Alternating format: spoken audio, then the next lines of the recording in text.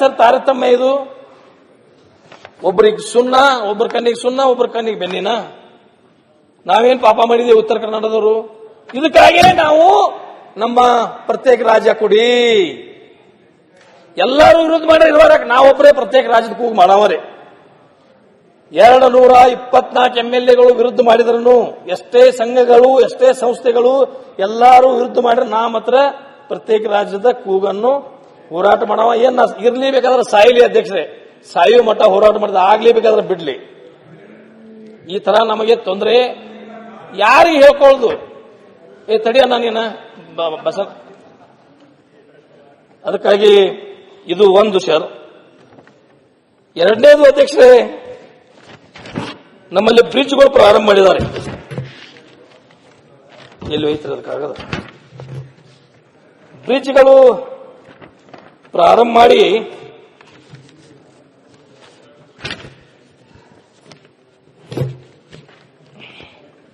KRDCLದಿಂದ 3 ಬ್ರಿಡ್ಜ್ಗಳು ತಗೊಂಡಾರ ಅಧ್ಯಕ್ಷರೇ. ರಾಯಬಾಗ್ ತಾಲೂಕಿನಲ್ಲಿ ಚಿಂಚಲಿ ಮಡವಾಳ, ನನ್ನ ತಾಲೂಕದಲ್ಲಿ ಜುಗೂಳ್ ಖಿದ್ರಾಪುರ, ಮತ್ತೆ ನನ್ನ ತಾಲೂಕದಲ್ಲಿ ಕೂಡ್ಚಿ ಉಗಾರ್. ಅದು ರಾಯಬಾಗ್ ತಾಲೂಕ ಮತ್ತು ನನಗೆ ಇಬ್ಬರಿಗೂ ಬರ್ತೈತಿ. ಇವು ಪ್ರಾರಂಭ ಎಂದಾಗಿದಾವ ಅಧ್ಯಕ್ಷರೇ ಅಂದ್ರೆ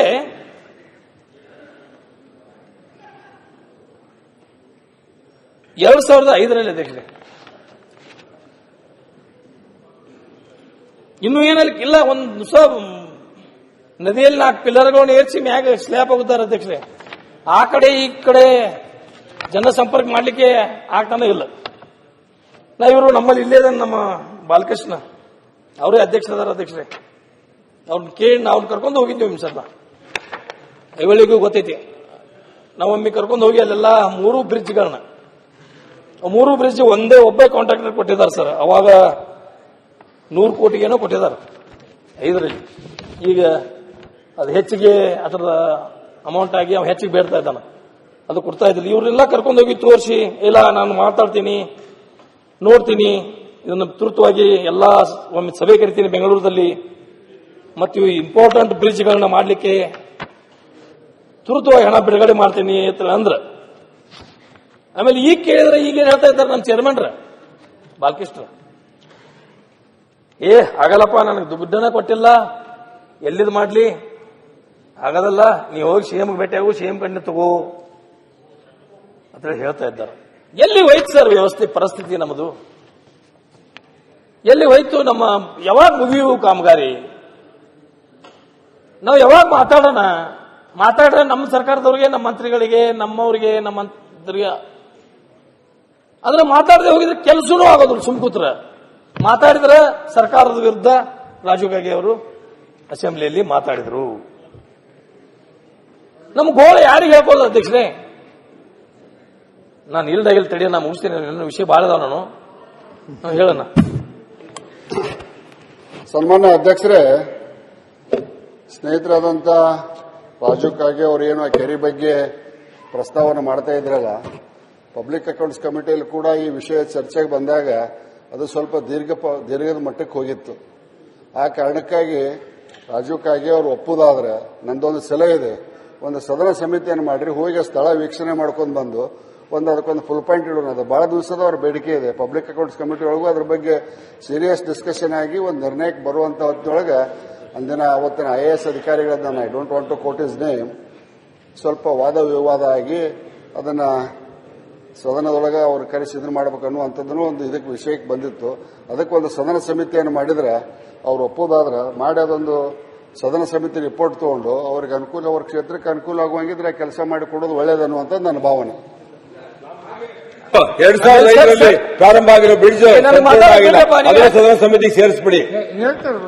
ಬ್ರಿಡ್ಜ್ ಹೇಳಿಲ್ಲ ನೀವು CC ಪಾಟೀಲ್ರೆ.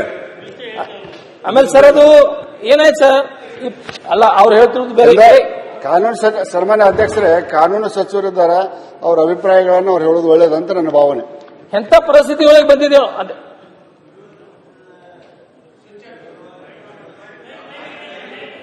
ಎಲ್ಲ ಆತಂಕಗಳಿಗೆ ನಮ್ಮ ಉತ್ತರದಲ್ಲಿ ಹೇಳ್ತೀವಿ ಅಧ್ಯಕ್ಷರೇ. ಎಂತ ಪರಿಸ್ಥಿತಿಗಳಿಗೆ ನಾವು ಬಂದಿದ್ದೀವಿ ನಮ್ಮ ಆತಂಕ ನಮ್ಮ ಆತಂಕ ಏನಂದ್ರೆ ಕಾಗೇರು ಬಹಳ ಕಾಳಜಿಯಿಂದ ಮಾತಾಡ್ತಾ ಇದ್ದಾರೆ. ಈಗ ಆಡಳಿತ ಪಕ್ಷ ಅವರಿಗೂ ಕೊಡಲಿಲ್ಲ, ವಿರೋಧ ಪಕ್ಷ ನಾವಂತೂ ಪಾಪರ್ ನಮಗೂ ಕೊಡಲಿಲ್ಲ. ಹಂಗಾರೆ ಎಲ್ಲಿ ಹೋಯ್ತು ದುಡ್ಡು ಅಂತ? ನಿಮ್ 2.5 ವರ್ಷದಲ್ಲಿ ದುಡ್ಡು ಎಲ್ಲಿ ಹೋಯ್ತು ಅದನ್ನಾರು ಹೇಳ್ಬೇಕು. ಸರ್, ನಾನು ನಿಮ್ ಪರವಾಗಿ ಮಾತಾಡಕತ್ತಿಲ್ಲ ಅಥವಾ ಯಾರ ಪರವಾಗಿ ಮಾತಾಡಲ್ಲ, ವಿರೋಧ ಮಾಡ್ತಾ ಇಲ್ಲ. ನನ್ನ ಸಮಸ್ಯೆಗಳನ್ನ ನಾನು ಹೇಳ್ತಾ ಇದ್ದೀನಿ.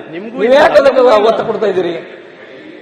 ಸರ್, ಏನಾಗಿದೆ ನಮ್ಮ ಪರಿಸ್ಥಿತಿ ಅಂದ್ರೆ, ನಾ ಈ ಪ್ರಜಾಸೌಧದ ಈ ಸ್ಥಳ ಬಗ್ಗೆ ಚರ್ಚೆಗೆ ಬಂದಾಗ ಒಂದ್ ದಿವಸ ನಾನು ಕಂದಾಯ ಸೆಕ್ರೆಟರಿ ಆದಂತ ಕಟಾರಿಯಾ ಅವ್ರನ್ನ ಭೇಟಿ ಆಗ್ಲಾಕ ನಾನು ಅಲ್ಲೇ ಮೀಟಿಂಗ್ದಲ್ಲೇ ನಮ್ಮ ಪಬ್ಲಿಕ್ ಅಕೌಂಟ್ಸ್ ಕಮಿಟಿ ಮೀಟಿಂಗ್ ಮುಗಿದ ನಂತರ ಅವ್ರಿಗೊಂದು ರಿಕ್ವೆಸ್ಟ್ ಮಾಡ್ಕೊಳಕ್ ಹೋದ್ ನಾನು ಅಧ್ಯಕ್ಷರೇ. ಸರ್, ಇದಕ್ಕೊಂದು ಅಪ್ರೂವಲ್ ಕೊಡ್ರಿ, ಇದೇನು ಕೆರೆ ಅಲ್ಲ, ಅಲ್ಲಿ ನೀರು ನಿಲ್ತಿದ್ದು, ಬಟ್ ನಾವೆಲ್ಲ ಅಲ್ಲಿ ಜನ ಒಪ್ಕೋತಾ ಇದೀವಿ. ನಾನು ನೋಡ್ತಾ ಇದ್ದೀನಿ, ಅಲ್ಲಿ 5-6 ಫೂಟ್ ಮೇಲೇನೆ ಕಲ್ಲಿದೆ, ಅಲ್ಲಿ ಪಾಯ ಇದೆ. ಅದಕ್ಕೇನಿಲ್ಲ, ಅವರು ನನ್ನನ್ನು ಗಮನಿಸೂ ಇಲ್ಲ, ನನ್ನ ಕಡೆ ಮಾತಾಡಲ್ಲ. ಅಲ್ಲಿ ಕೆರೆ ಇದೆ ನಡೆಯತಡಿ ಹೋಗ್ಬಿಟ್ರು. ಅದ್ರ ಬಗ್ಗೆ ನಾನು ಬೆಂಗಳೂರದ ಅಧಿವೇಶನ 1 ವರ್ಷ ಹಿಂದೆ ಅವ್ರ ಮೇಲೆ ಹಕ್ಕುಚ್ಯುತಿಯನ್ನು ಮಂಡನೆ ಮಾಡಿದ್ದೀನಿ ಅಧ್ಯಕ್ಷರೇ. ಹಕ್ಕುಚ್ಯುತಿ ಮಂಡನೆ ಆದ್ರೆ ಇನ್ನೂವರೆಗೆ ಅವ್ರ ಮೇಲೆ ಏನೂ ಆಕ್ಷನ್ ಆಗಿಲ್ಲ. ಇದು ನಮ್ಮ ಪರಿಸ್ಥಿತಿ ಅಧ್ಯಕ್ಷರೇ. ಹೇಗೆ ನಾವು ಬದುಕಬೇಕು, ಹೇಗೆ ನಾವು ಶಾಸಕರಾಗಿ ಕೆಲಸ ಮಾಡ್ಕೋಬೇಕು. 1 ವರ್ಷ ಆದ್ರೂ ಅಧಿಕಾರಿಗಳನ್ನ ನಾವು ಏನಾದ್ರೂ ಅಧಿಕಾರಿಗಳ ಮೇಲೆ ಒಂದು ಹಕ್ಕುಚ್ಯುತಿಯನ್ನು ಮಂಡನೆ ಮಾಡಿದ ಸಂದರ್ಭದಲ್ಲಿ ಅವ್ರ ಮೇಲೆ ಆಕ್ಷನ್ ಆಗಲಿಲ್ಲ ಅಂದ್ರೆ ಅವ್ರು ನಮ್ಮನ್ನ ಏನ್ ಮಾಡ್ಕೊಂಡ್ರು? ಇವರು ಯಾವ MLA ನಮ್ಮನ್ನ ಏನ್ ಮಾಡ್ರು? ಮಾನ್ಯ ಉಪಾಧ್ಯಕ್ಷರೇ, ಬಹಳ ಗಂಭೀರವಾದ ವಿಷಯ. ಒಬ್ಬ ಸದಸ್ಯರು, ಸೀನಿಯರ್ ಸದಸ್ಯರು, ಅವರು ಹೋಗಿ ಆಫೀಸರಿಗೆ ಮಾತಾಡಕ್ ಹೋದ್ರ ಅವ್ರು ಲಕ್ಷ ಕೊಡ್ದಂಗ ಮುಂದೆ ಹೋಗ್ತಾರಂತಂದ್ರೆ ಅದ್ರ ಮೇಲೆ ಸಭಾಧ್ಯಕ್ಷರಿಗೆ ಅವ್ರ ಪತ್ರ ಕೊಟ್ಟರು ಕೂಡ ಅದ್ರ ಮೇಲೆ ಇನ್ನೂ ಆಕ್ಷನ್ ಆಗಿಲ್ಲ ಅಂತಂದ್ರೆ ಇದು ಬಹಳ ಅಂದ್ರೆ ಬಹಳ ಗಂಭೀರವಾದ ವಿಷಯ. ಇದ್ರ ಬಗ್ಗೆ ಇಮಿಡಿಯೇಟ್ಲಿ ಆಕ್ಷನ್ ಆಗ್ಬೇಕು. ಅದು ಹಕ್ಕುಚ್ಯುತಿ ಕೊಟ್ಟರು ಇನ್ನೂ ತನಕ ಅದು ಆಕ್ಷನ್ ಆಗಿಲ್ಲ ಅಂತಂದ್ರೆ ಅವ್ರು ಎಷ್ಟು ನೊಂದುಕೊಂಡಿರ್ಬೇಕು ಅಂತ. ಅಧ್ಯಕ್ಷರೇ, ಅದಕ್ಕಾಗಿ ನಮ್ಮ ಭಾವನೆಗಳನ್ನು ನಮ್ದೇನು ಒಂದೇ ನಿಮಿಷ. ಈಗ ನಾನು ನೆನ್ನೆನೂ ಮಾತಾಡಬೇಕಾದ್ರೆ ನಾನು ಹೇಳಿದ್ದೀನಿ, ಎಲ್ಲ ಒಂದ್ ಕಡೆ ಅಧಿಕಾರಿಗಳು ಯಾರು ಸ್ಪಂದನೆ ಮಾಡ್ತಾ ಇಲ್ಲ. ಯಾವುದೇ ಕೆಲಸಕ್ಕೂ, ಟೆಂಡರ್ ಇಂದ ಹಿಡ್ಬೋದು ಎಲ್ಲ ಕೆಲಸಕ್ಕೂ, RDPR ಎಲ್ಲ ಇಲಾಖೆಯಲ್ಲೂ ಕೂಡ ಹೋದ ವರ್ಷ ಅನುಮೋದನೆ ಕೊಟ್ಟು ಟೆಂಡರ್ ಕರೀರಿ ಅಂತ ಹೇಳಿದ್ರು, ಆಗಿಲ್ಲ ಅಂತ ಹೇಳಿ ನಾನು ಹೇಳಿದ್ರೆ 10 ಕೋಟಿದು ಎಲ್ಲ ಕಡೆ ಅಧಿಕಾರ. ನೆನ್ನೆ ನಾನು ನಿಮ್ಗೆ ಹೇಳಿದೆ, ಇದು ಎಲ್ಲಪ್ಪ ಅವರು ರೈತರ ಆತ್ಮಹತ್ಯೆ ಆಯಿತು, ಹಾವು ಕಚ್ಚಿ ಸತ್ತಿದ್ದಾರೆ. ಆಮೇಲೆ ಇದು ಕಚ್ಚಿ ಸತ್ತಿದ್ದಾರೆ, ಬವಣೆಗೆ ಬಿದ್ದಿದೆ. ಅವರು ಅಧಿಕಾರಿ ಏನ್ ಶರ ಬರೆದಿದ್ದಾರೆ ಅಂದ್ರೆ ಇದು ಮಾರ್ಚ್ ಒಳಗಡೆ ಕೊಡಬೇಕಾಯ್ತು. ಈಗ ಯಾರೋ ಫೆಬ್ರವರಿಯಲ್ಲಿ ಹಾವು ಕಚ್ತೈತೆ ಅಂತ ಇಟ್ಕೊಳ್ಳಿ. ಅವನು ಮಾರ್ಚ್ ಅಲ್ಲಿ ನಾನು ಕೊಡಕ್ಕೆ, ಅವ್ನು ಫೈಲ್ ಮೂವ್ ಮಾಡಕ್ಕೆ ಅಲ್ಲಿಗೆ ಈ ಸರ್ಕಾರದಲ್ಲಿ ಒಂದೊಂದು ಫೈಲ್ ಮೂವ್ ಮಾಡಬೇಕಾದ್ರೆ ವರ್ಷಗಟ್ಟಲೆ ಬೇಕು. ಅವನು ಈ ಫೈನಾನ್ಷಿಯಲ್ ಇಯರ್ ಅಲ್ಲಿ ನಮ್ಗೆ ಕೊಡಕ್ ಬರಲ್ಲ ಅಂತ ಬರೆದಿದ್ದಾರೆ. ಅಂದ್ರೆ ಅಧಿಕಾರಿಗಳು ಈ ತರ ಫೈನಾನ್ಷಿಯಲ್ ಇಯರ್ ಮುಗ್ದೋಗ್ತತೆ ಅಂತ ಜ್ಞಾನ ಆದ್ರೂ ಬೇಕು, ಮಾಡಕ್ ಜ್ಞಾನ ಬೇಕು. ಮತ್ತೆ ಒಬ್ಬ ಒಮ್ಮೆಲೆ ರೆಸ್ಪಾಂಡ್ ಮಾಡಿಲ್ಲ ಅಂತ ಹೇಳಿದ್ರೆ ಈ ಸರ್ಕಾರ ಏನಂತ ಹೇಳ್ಬೇಕು? ಈ ಸರ್ಕಾರಕ್ಕೆ ಮಾನ ಮರ್ಯಾದೆ ಇದೆಯಾ ಅಂತ ಹೇಳಿದ್ರೆ ಏನಪ್ಪಾ ಅಷ್ಟು ದೊಡ್ಡ ಪದ ಯೂಸ್ ಮಾಡ್ತೀರಾ ಅಂತ. ಅದಕ್ಕಿಂತ ಕೆಟ್ಟ ಪದ ಹೇಳ್ಬೇಕು. ಇವತ್ತು ಎಲ್ಲ ಕಡೆ ಜಡ ಎದ್ದೋಗ್ಬಿಟ್ಟಿದೆ, ಏನು ಮಾಡಕ್ಕಾಗಲ್ಲ. ಆ ಪರಿಸ್ಥಿತಿಗೆ ಇವತ್ತು ಜಡ ಎದ್ದು ನಿಂತೋಗಿದೆ. ಫೈನಾನ್ಸ್ ಡಿಪಾರ್ಟ್ಮೆಂಟ್ ಜೊತೆನೂ ನಾನು ಮಾತಾಡಿದ್ದೀನಿ. ಮೊನ್ನೆ ನಾನು ಫೋನ್ ಮಾಡಿದ್ದೆ, ಒಂದು 6 ಜನ ಸೆಕ್ರೆಟರಿಗಳು ಫೋನ್ ಮಾಡಿದ್ದೆ. ರಾಜು ಕಾಗೆ ಅವರೇ, 6 ಜನ ಸೆಕ್ರೆಟರಿಗೆ ಫೋನ್ ಮಾಡಿದ್ದೆ, ಪ್ರಿನ್ಸಿಪಲ್ ಸೆಕ್ರೆಟರಿಗೆ ಫೋನ್ ಮಾಡಿದ್ದೆ. ಏನಪ್ಪ ನೀವು ಏನೇನ್ ಪ್ರೋಗ್ರಾಮ್ ಮಾಡಿದ್ದೀರಾ ಕೊಡಿ ಅಂತ ಹೇಳಿದ್ರೆ ಅದರಲ್ಲಿ 5 ಜನ ಸರ್ ನೋಡ್ಬಿಟ್ಟು ಓದ್ಬಿಟ್ಟು ಹೇಳ್ತೀರಿ ಸರ್ ಅಂತಾರೆ. ಅಂದ್ರೆ ಪ್ರೋಗ್ರಾಮ್ ಮಾಡೋದು ಅವ್ರ ತಲೆಯಲ್ಲೇ ಹೋಗಿರಲ್ವಾ ಅಂತ. ಯಾವ್ದಾವ್ದು ನಾನು ಕೇಳಿದ್ದು ಮೇಜರ್ ಪ್ರೋಗ್ರಾಮ್ಸ್, ದೊಡ್ಡ ಪ್ರೋಗ್ರಾಮ್ಸ್ ನಾನು ಕೇಳಿದ್ದು ಎಲ್ಲ 500 ಕೋಟಿ 600 ಕೋಟಿ, ಅದೂ ಇಲ್ಲ. ಅಂದ್ರೆ ಏನು ಜಾಲಿ ಮೂಡಲ್ಲಿದ್ದಾರ ಆಫೀಸರ್ಸ್ ಎಲ್ಲ IAS? ಇಲ್ಲಿ ಖಾಲಿ, ಅಲ್ಲಿ ಜಾಲಿ. ನನಗೆ ಅರ್ಥ ಆಗ್ತಾ ಇಲ್ಲ. ಈ ತರ ನಡ್ಕೊಂಡು ಹೋದ್ರೆ, ಅದಕ್ಕೆ ನಾನು ಹೇಳಿದ್ದು, ನಾನು ಹೇಳಿದಾಗ ನೀವೆಲ್ಲ ಗಲಾಟೆ ಮಾಡ್ಬಿಟ್ರಿ. ಒಂದು ನಾಯಕತ್ವ ಬೇಕು. ನಾಯಕತ್ವ ಇದ್ರೆ ಎಲ್ಲ ನಡೀತದೆ. ಒಂದು ಮನೆಯಲ್ಲಿ ಯಜಮಾನ ಸರಿ ಇದ್ರೆ ಎಲ್ಲ ಆಟೋಮೆಟಿಕಲ್ ನಡೀತದೆ. ಇರಬೇಕು, ಒಂದೇ ನಿಮಿಷ, ತಾಯಿ ಆದ್ರೂ ಇರಬೇಕು, ನೀವು ನಮ್ಮನ್ನ ತಾಯಿ ತಂದೆ ಎರಡೂ ಇಲ್ಲ ಅಂದ್ರೆ ಇವತ್ತು ಅವ್ರಿಗೆ ರೆವಿನ್ಯೂ ಸೆಕ್ರೆಟರಿ ರೆಸ್ಪಾಂಡೇ ಮಾಡಿಲ್ಲ, ಅಧಿಕಾರಿ ರೆಸ್ಪಾಂಡೇ ಮಾಡಿಲ್ಲ ಅಂತ ಹೇಳಿದ್ರೆ MLA ಏನ್ ಗೌರವ? ಇವರ ಅಶೋಕಣ್ಣ ಮಾತಾಡ್ತೀನಿ ಬಿಡ್ರಿ, ಮಾಡ್ತೇನೆ ಬಿಡಿ, ಮಾತಾಡ್ರಿ. ಇದು ನೀವು ನನ್ನ ಸಮಸ್ಯೆ ಹೇಳ್ಕೊತ ನೀವು ಯಾಕೆ ಅಂದ್ರೆ ಏನಾಗ್ತದೆ? ಮಾತಾಡ್ರಿ.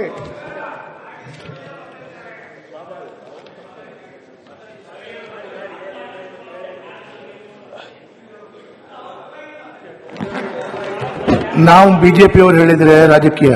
ಈಗ ಅಧ್ಯಕ್ಷರೇ,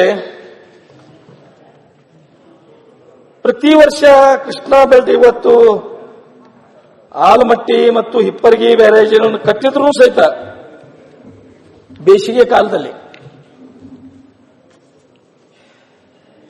ಮಾರ್ಚ್, ಏಪ್ರಿಲ್, ಮೇದಲ್ಲಿ 3 ತಿಂಗಳ ಕೃಷ್ಣಾ ನದಿ ಬತ್ತಿ ಹೋಗುವಂತ ಪರಿಸ್ಥಿತಿಗಳು. ಒಂದ್ಸಲ ಹೆಚ್ಚಿಗೆ ಪ್ರವಾಹ ಬಂದು ಜನರಿಗೆ ತೊಂದರೆ, ಒಂದ್ಸಲ ಬೇಸಿಗೆಯಲ್ಲಿ 2 ತಿಂಗಳ 3 ತಿಂಗಳ ಕುಡಿಲಿಕ್ಕೂ ನೀರಿರಲ್ಲ ಅಧ್ಯಕ್ಷರೇ. ಅಷ್ಟು ಪರಿಸ್ಥಿತಿಯನ್ನು ನಾವು ಪ್ರತಿ ಸಲ ಮಹಾರಾಷ್ಟ್ರಕ್ಕೆ ಹೋಗುದು, ನಾವೆಲ್ಲ ಬೆಳಗಾವಿ ಜಿಲ್ಲಾದ MLAಗಳು ಮಹಾರಾಷ್ಟ್ರಕ್ಕೆ ಹೋಗಿ ಅವ್ರಿಗೆ ರಿಕ್ವೆಸ್ಟ್ ಮಾಡ್ಕೊಳ್ಳೋದು. ಅವರು ನಮ್ಮನ್ನ ಒಳಗೂ ಬರಕ್ಕೆ ಕೊಡೋದಲ್ಲ. ಸೋಲಾಪುರ್ಗೆ ನೀವು ನಮ್ಮ ನೀರು ಬಿಡೋದಲ್ಲ, ನಿಮಗೆ ಯಾಕೆ ನಾವು ನೀರು ಬಿಡಬೇಕು ಅನ್ನುವಂತ ನಮ್ಮನ್ನ ಚೀಮಾರಿ ಹಾಕಿ ಕಳಿಸಿದ್ದು ಉದಾಹರಣೆಗಳಿದಾವೆ. 20 ವರ್ಷದಿಂದ 25 ವರ್ಷದಿಂದ ನಾವು ಮಹಾರಾಷ್ಟ್ರಕ್ಕೆ ಪ್ರತಿ ಸಲ ಒಂದು ನಿಯೋಗ ತಗೊಂಡು ಹೋಗುದು, ಇಲ್ಲಿಯೇ ನೀರಾವರಿ ಮಂತ್ರಿಗಳು ಅಲ್ಲಿಯೇ ನೀರಾವರಿ ಮಂತ್ರಿಗಳಿಗೆ ಭೇಟಿ ಆಗುವುದು, ಇದೊಂದು ಒಪ್ಪಂದ ಮಾಡ್ಕೋಬೇಕಾಗಿದೆ ಅಧ್ಯಕ್ಷರೇ.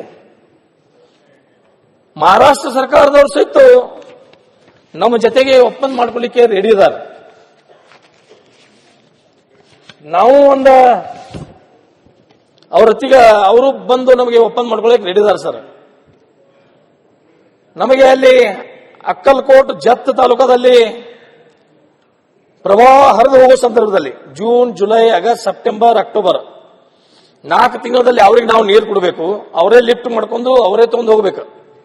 ಯಾವಾಗ ಸಮುದ್ರಕ್ಕೆ ನೀರು ಹರಿದು ಹೋಗ್ತಿರ್ತಾವ ಆ ಸಂದರ್ಭದಲ್ಲಿ ನಮಗೆ ಆ ಒಂದು ಬರ ಏನವ್ರ ಭಾಗದಲ್ಲಿ ಜತ್ ತಾಲೂಕಾ ಮತ್ತು ಅಕ್ಕಲ್ಕೋಟದಲ್ಲಿ ಬರ ಇದೆ. ಅಲ್ಲಿ ನಮಗೆ 4 ತಿಂಗಳು ನೀವು ನೀರು ಕೊಟ್ಟಿದ್ದಾದ್ರೆ ನಾವು ನಿಮಗೆ 3 ತಿಂಗಳ 2 ರಿಂದ 3 TMC ನೀರನ್ನು ನಾವು ನಿಮಗೆ ಕೊಡ್ಲಿಕ್ಕೆ ನೀಡಿದ್ದೀವಿ ಅನ್ನುವಂತ ಮಾತನ್ನು ಅವ್ರು ಪದೇ ಪದೇ ಹೇಳ್ಬೋದು. ಅದಕ್ಕೆ ನಮ್ಮ ಸರ್ಕಾರ ಮತ್ತು ಅವ್ರ ಸರ್ಕಾರ ಒಂದು ಒಪ್ಪಂದ ಮಾಡ್ಕೋಬೇಕಾಗಿತ್ತು. ನಾವು ಪ್ರತಿ ಸಲ ಹೋಗೋದು ಅವ್ರು ನಮಗೇನು ಬಿಡೋದಿಲ್ಲ, ಅವ್ರು ನಮಗೆ ಮರ್ಯಾದನೂ ಕೊಡೋದಿಲ್ಲ, ಅವ್ರಿಗೆ ದುಡ್ಡು ತುಂಬ್ರಿ. ಅವ್ರು ಪ್ರತಿ ಸಲ 2 ಕೋಟಿನೂ ದುಡ್ಡು ತುಂಬಬೇಕಾದೈತಿ. ನಾವು ದುಡ್ಡು ತುಂಬುವಂತ ಪರಿಸ್ಥಿತಿ ಬಂದ್ರೆ ದುಡ್ಡು ತುಂಬಿದ್ರೂ ನೀರು ಬಿಡೋದಲ್ಲ ಅಧ್ಯಕ್ಷರೇ. ಇದು ಸಹಿತ ಒಂದು ಬಹಳ ಪ್ರಮುಖವಾದಂತ ವಿಷಯ. ಇದನ್ನು ಸಹಿತ ಸರ್ಕಾರವನ್ನು ಗಮನ ಹರಿಸಿ ನಮಗೆ ಆ ಮಹಾರಾಷ್ಟ್ರ ಸರ್ಕಾರದಿಂದ ಒಂದು ಒಪ್ಪಂದ ಮಾಡಿಕೊಟ್ಟಿದ್ದಾದ್ರೆ ಆ ಭಾಗದಲ್ಲಿರುವಂತ ಅತನಿ, ಕಾಗವಾಡ, ಚಿಕ್ಕೋಡಿ, ರಾಯಬಾಗ್, ಕುಡ್ಚಿ, ಜಮಖಂಡಿ ತಾಲೂಕಲ್ಲಿ ಸಿದ್ದವರು ಇದ್ದಾರೆ. ನನಗೆ ಫೋನ್ ಮಾಡ್ತಿರ್ತಾರ ಅವರು. ಅದಕ್ಕಾಗಿ ಈ ನದಿ ಬತ್ತಿ ಹೋಗಬಾರದು ಅನ್ನುವಂತಕ್ಕಾಗಿ ಮಹಾರಾಷ್ಟ್ರದಿಂದ ನೀರು ಬಿಡ್ಲಿಕ್ಕೆ ಒಂದು ಒಪ್ಪಂದವನ್ನು ಮಾಡಿಸುವಂತದ್ದು ಬಹಳ ಅವಶ್ಯಕತೆ ಇದೆ ಅನ್ನುವಂತ ಮಾತನ್ನು ಈ ಸಂದರ್ಭದಲ್ಲಿ ಹೇಳಿಕ್ಕೆ ಬಯಸ್ತೇನೆ ಅಧ್ಯಕ್ಷರೇ.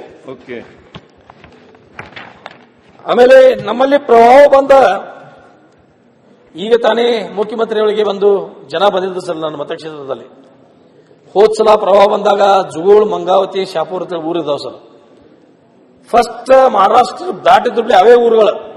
ಕೃಷ್ಣಾ ನದಿಯಿಂದ ಫಸ್ಟ್ ಬಾಧಿತ ಆಗುವಂತದ್ದು 3 ಊರುಗಳು ಫಸ್ಟ್ ಮುಳುಗಿಬಿಡ್ತಾವ ಸರ್. ಅವು 3 ಊರು ಪ್ರತಿ ಸಲ ಆ ಊರಿನ ಜನನೆಲ್ಲ ಹೊರಗೆ ತರೋದು, ಅವ್ರ ಗಂಜಿ ಕೇಂದ್ರ ತೆಗೆದು ಅವ್ರೆಲ್ಲೋ ಶಾಲೆಯಲ್ಲಿ ನಿಲ್ಲುವಂತ ವ್ಯವಸ್ಥೆ ಮಾಡೋದು, ದನಕರುಗಳನ್ನೆಲ್ಲ ಹೊರಗೆ ತರೋದು, ಅವ್ರಿಗಲ್ಲಿ ಮೇವಿನ ವ್ಯವಸ್ಥೆ ಮಾಡೋದು, ಅದೆಲ್ಲ ಅಲ್ಲಿ ಮಾನ ಮರ್ಯಾದೆ ಬಿಟ್ಟ ಎಲ್ಲ ಹೆಣ್ಮಕ್ಳು ಗಂಡಸು ಮಕ್ಕಳು ಎಲ್ಲ ಪ್ರತಿ ಸಲ ಬರೋದು. ಮತ್ತೆ ಅವರು ಪ್ರವಾಹ ಇಳಿದು ಹೋದ ಬಳಿಕ ಅಲ್ಲಿ ಸ್ವಚ್ಛ ಮಾಡ್ಲಿಕ್ಕೆ ಗಬ್ಬು ವಾಸನೆ ಎದ್ದಿರ್ತದೆ ಸರ್. ಅಲ್ಲಿ ಜನ, ಕನ, ನಾಯಿಗಳು, ಹಂದಿಗಳು ಸತ್ತಿರ್ತಾವ. ಅಲ್ಲಿ ಹೋಗಿ ಇಮಿಡಿಯೇಟ್ ನಾವು ವಾಸ ಮಾಡಲಿಕ್ಕೆ ಬರೋದಲ್ಲ ಅಲ್ಲಿ. ಅದಕ್ಕೆ ಆ ಪ್ರವಾಹ ಬಂದ ಸಂದರ್ಭದಲ್ಲಿ ಈ ಊರುಗಳನ್ನ ಶಿಫ್ಟ್ ಮಾಡಬೇಕು ಅನ್ನೋಂಥ ಆ ಜುಗೂಳು, ಮಂಗಾವತಿ, ಶಾಪುರ ಜನರ ಬಹಳ ದಿವಸದಿಂದ ಬೇಡಿಕೆ ಇದೆ. ಆ 3 ಊರುಗಳನ್ನು ಶಿಫ್ಟ್ ಮಾಡಬೇಕು ಅನ್ನೋಂಥ ಒಂದು ಮನವಿಯನ್ನು ಇವತ್ತಿನ ದಿವಸ ಈ ಉತ್ತರ ಕರ್ನಾಟಕದ ಚರ್ಚೆಯ ಸಂದರ್ಭದಲ್ಲಿ ನಾನು ಸರ್ಕಾರಕ್ಕೆ ಮನವಿಯನ್ನು ಮಾಡಿಕೊಳ್ಳಿಕ್ಕೆ ಬಯಸ್ತೇನೆ. ಇವತ್ತು ನಮ್ಮಲ್ಲಿಯೂ ಸಹಿತ ತಾಲೂಕಾಗಿ ಸರ್ ಕಾಗವಾಡ ನನ್ನ ತಾಲೂಕ, ನಮಗೂ ಸಹಿತ ಕಾಗವಾಡದಲ್ಲಿ ಆರೋಗ್ಯ ಕೇಂದ್ರವನ್ನು 100 ಹಾಸಿಗೆ ಬೆಡ್ ಆಸ್ಪತ್ರೆಗೆ ಉನ್ನತೀಕರಣ ಮಾಡಬೇಕು ಅನ್ನುವಂತ ವಿನಂತಿಯನ್ನು ಮತ್ತೊಂದು ಏನಾಗಿದೆ ಸರ್ ಅಧ್ಯಕ್ಷರೇ, ನಮ್ಮಲ್ಲಿ ಹೆರಿಗೆಗಳೇ ಹೆಚ್ಚಿಗೆ ಆಗಿಲ್ಲ. 30ಕ್ಕಿಂತ ಎಲ್ಲಿ ಹೆರಿಗೆಗಳು ಹೆಚ್ಚಾಗಿಲ್ಲ ಯಾವ ಆರೋಗ್ಯ ಕೇಂದ್ರಗಳಲ್ಲಿ. ಅದನ್ನು ಡಿಲೀಟ್ ಮಾಡಿ ಅದೇನು ಆಕ್ಚುಲಿ ಅದನ್ನೆಲ್ಲ ಬೇರೆ ಕಡೆ ಡೈವರ್ಟ್ ಮಾಡ್ತಾ ಇದ್ದಾರೆ. ಮುಂಜಾನೆ ಚರ್ಚೆ ಆಯ್ತು ಅಧ್ಯಕ್ಷರಲ್ಲಿ. ಅದಕ್ಕಾಗಿ ತಾಲೂಕಾ ಆರೋಗ್ಯ ಕೇಂದ್ರದಲ್ಲಿ ಆದ್ರೂ ಹೆಚ್ಚಿಗೆ ಫೆಸಿಲಿಟಿ ಇಟ್ಕೊಂಡು ಉನ್ನತೀಕರಣ ಮಾಡಿ ಅಪ್ಗ್ರೇಡ್ ಮಾಡಿ ಆ ತಾಲೂಕಾ ಹೆಡ್ ಕ್ವಾರ್ಟರ್ದಲ್ಲಿ ಇರುವಂತಹ ಆಸ್ಪತ್ರೆಗಳಿಗೆ ಹೆಚ್ಚಿಗೆ ಒತ್ತು ಕೊಡಬೇಕು ಅನ್ನುವಂಥ ಬೇಡಿಕೆಯನ್ನು ನಂದು ಈ ಸಂದರ್ಭದಲ್ಲಿ ಸರ್ಕಾರಕ್ಕೆ ಒತ್ತಾಯವನ್ನು ಮಾಡ್ತಾ ಇದ್ದೀನಿ ಅಧ್ಯಕ್ಷರೇ. ಜೊತೆಗೆ ಶಿಕ್ಷಣ ಕ್ಷೇತ್ರದಲ್ಲಿ ಇನ್ನೂ ಹೈಸ್ಕೂಲುಗಳು, ನಮ್ಮಲ್ಲಿ ಕಾಲೇಜುಗಳು ಹೆಚ್ಚಿಗೆ ಬೇಡಿಕೆಗಳಿದಾವೆ. ಶಿಕ್ಷಕರ ಕೊರತೆ ಇವೆಲ್ಲ ಬಹಳ ಉತ್ತರ ಕರ್ನಾಟಕದಲ್ಲಿ ಇನ್ನೂ ಬಹಳ ಹಿಂದುಳಿದಿದ್ದೀವಿ ಅಧ್ಯಕ್ಷರೇ. ಇವತ್ತೆಲ್ಲ ಸಹಿತ ಜೊತೆಗೆ ನಮಗೆ ಆಗಿ ಮತ್ತೆ